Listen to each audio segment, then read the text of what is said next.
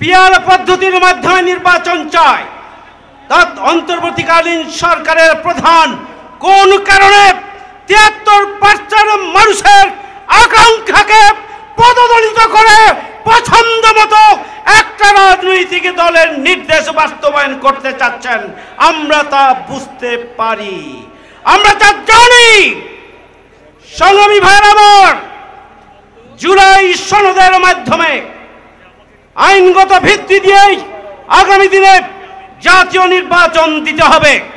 যে জুলাইয়ের গণঅভ্যুত্থানের মাধ্যমে অন্তর্বর্তীকালীন সরকার ক্ষমতায় এসেছেন, অন্তর্বর্তীকালীন সরকার তার ক্ষমতার 1 বছর পূর্তি করেছেন।